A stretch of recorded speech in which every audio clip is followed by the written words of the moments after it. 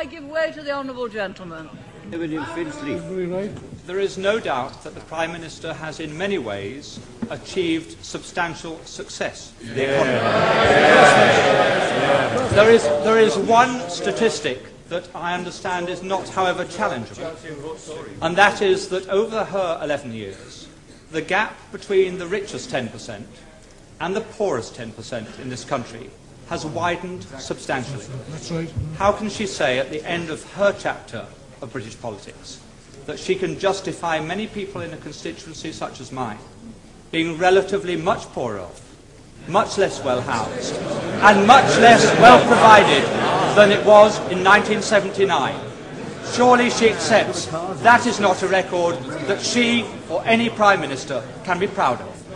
Mr. Speaker, all levels of income are better off than they were in 1979. But what the honourable member is saying is that he would rather the poor were poorer, provided the rich were less rich. That way you will never create the wealth for better social services as we have. And what a policy! Yes, he would rather have the poor poorer, provided the rich were less rich. That is the Liberal policy. Yes, it came out. He didn't intend it to, but he did.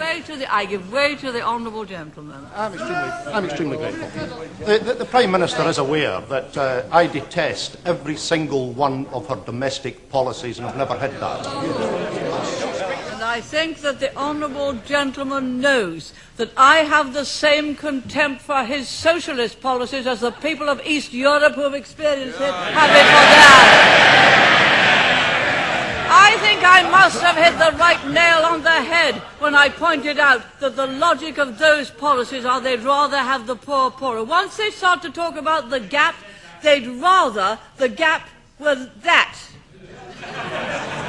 Down here. That. Not that.